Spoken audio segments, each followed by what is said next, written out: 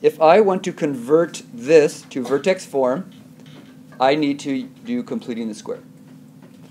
So here we go.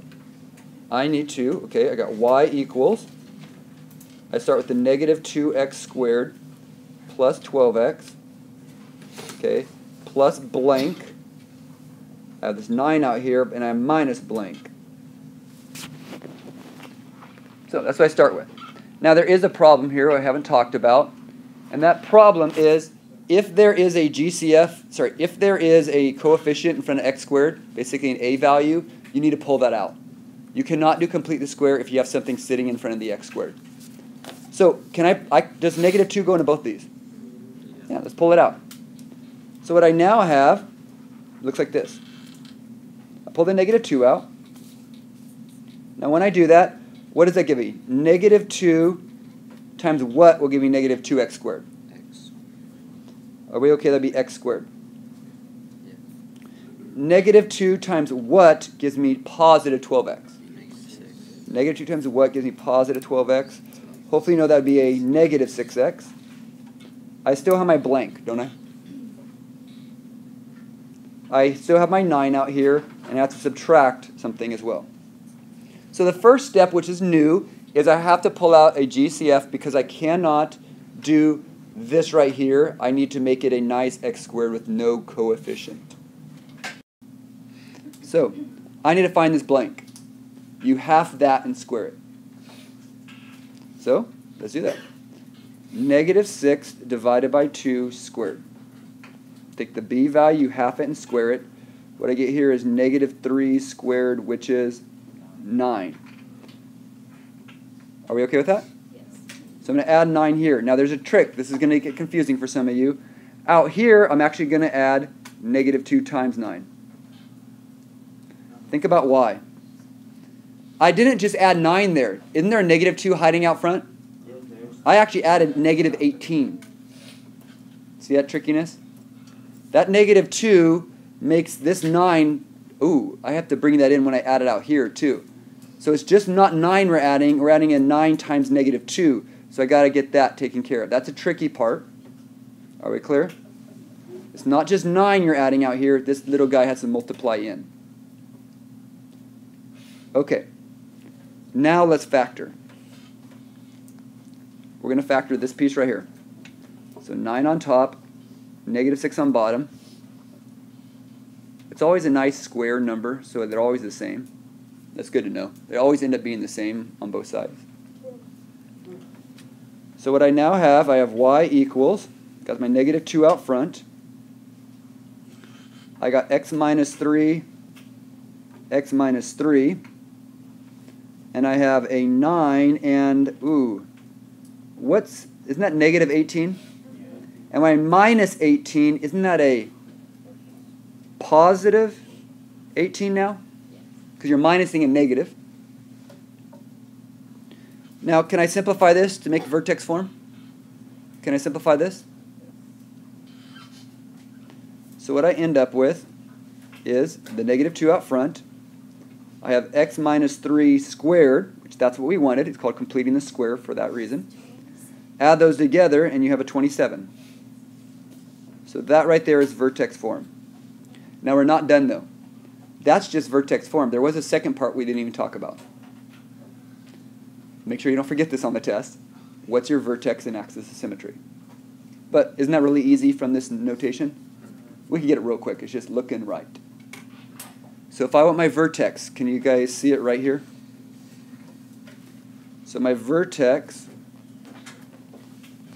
isn't it these two numbers? 327 isn't the opposite of h? Opposite of h, the k does not change. And what's my axis of symmetry?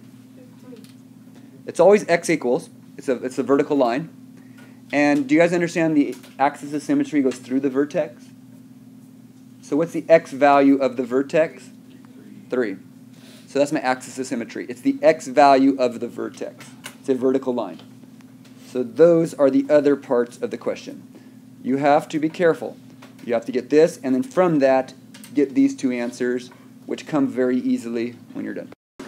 if I want to change to intercept form, you should know that's factoring. So you know what intercept form looks like.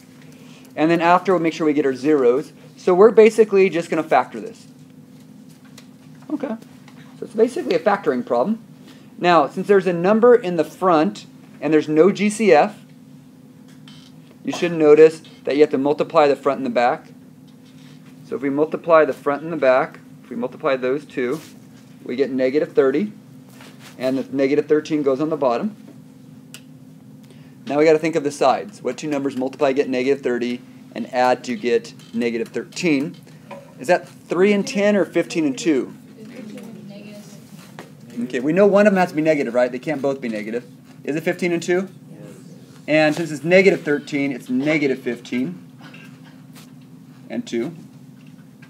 Now, since I multiplied the 3 in to get the negative 30, don't I have to divide both of these by 3, not negative 3. I now have to divide both of these by 3. Okay. Now, do either of these simplify? Yeah, the one on the right does not. It's simplified already. 2/3 is as small as it gets. But the one on the left, actually, it's nice. What do you get? You simply get negative 5.